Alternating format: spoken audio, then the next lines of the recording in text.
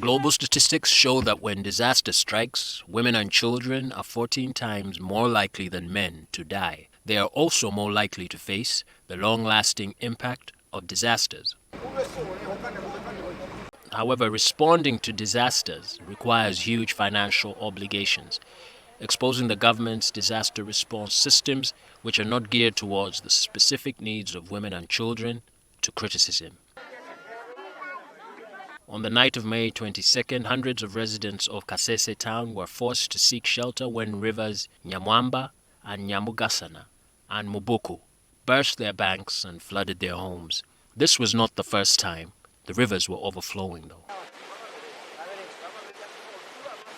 Currently, the district, which has witnessed climate-related disasters for almost a decade, has more than 15 internally displaced people's camps. More than 4,500 people, the majority being women and children, are living in deplorable conditions in these camps, facing the ever-present risk of gender-based violence. Dorothy Mohindo, who is camping at Kanyatsi Roman Catholic Church in Chondo sub-county, is 9 months pregnant. On the fateful night, a landslide destroyed her 3-room permanent house and she lost everything. Everything had bought in preparation for giving birth was destroyed. Right now, I am helpless without anything. We are living under abject poverty within this camp. We are therefore appealing to well-wishers to salvage us. Given her condition, the distraught woman is worried about what will happen to her when she goes into labor. When I went for antenatal yesterday, they tested me and disclosed to me that my pressure level is too low because my heart got shocked seeing my house collapsing, everything destroyed. These days I am residing here on my mat. In situations where abject poverty is the norm, menstrual health hygiene takes the back seat.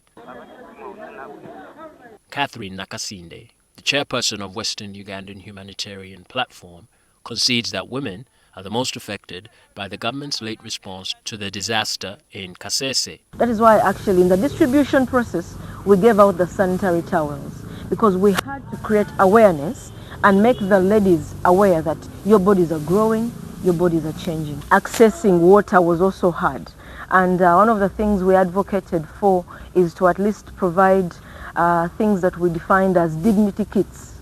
Dignity kits which involve a benzene. Juliet Kabugo, a senior 4 student, lives with her mother and siblings at a camp in Bwito Primary School in Charumba sub-county.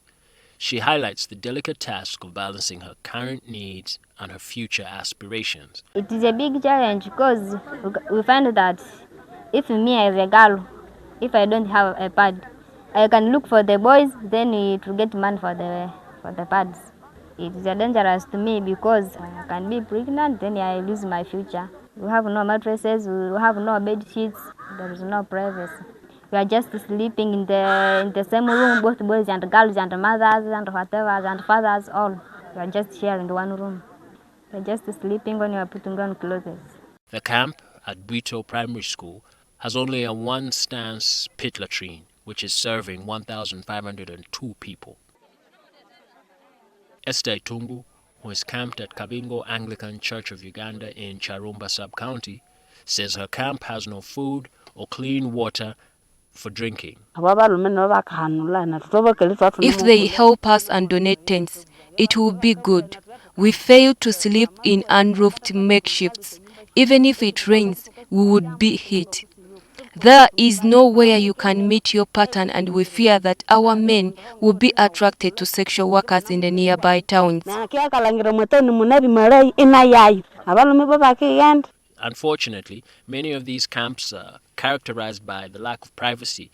I tried to talk to the camp leaders to basically help, especially the women, that they do not face more protection concerns along the way. That as I was going to help myself, I was raped in the process. Because even the issue that you talked about of privacy, they do not have bathrooms to bathe from. So you'll find that if you want to bathe, you get your basin. If you have one anyway, you now look for where is dark, and then you want to bathe. We don't have lamps. Instead, we are sleeping in darkness. Sometimes our children have started escaping, and this makes us think if we have some light, we would be monitoring these movements. So we fear that they might be impregnated. In May 2020, after River Nyamwamba burst its banks, affected families were carted off to Muhocha IDP camp in Muhocha Town Council, where they are still residing today, 4 years later. Lucas Boambale Buhaka, an opinion leader in the district, says keeping people in IDP camps for more than a year is against the law. We should not accumulate very many IDP camps in this district when we don't have an alternative. Children are being now born there. It's like you are making the whole place a refugee camp.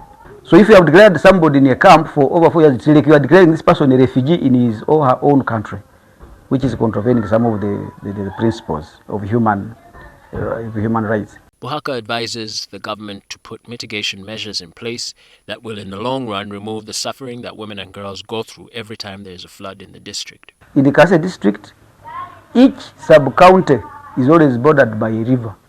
And the only way to help these rivers not to flood is to desil them. And you don't need a lot of excavators to desil it. It will be doing a periodical kind of desilting. And these rivers will never flood anymore. Tragedies such as the ones that are happening in the IDP camps of Kasese district put girls at risk because after they lose their livelihoods, many parents start to see their daughters as startup capital, commodities that can be given to men in exchange for bright price.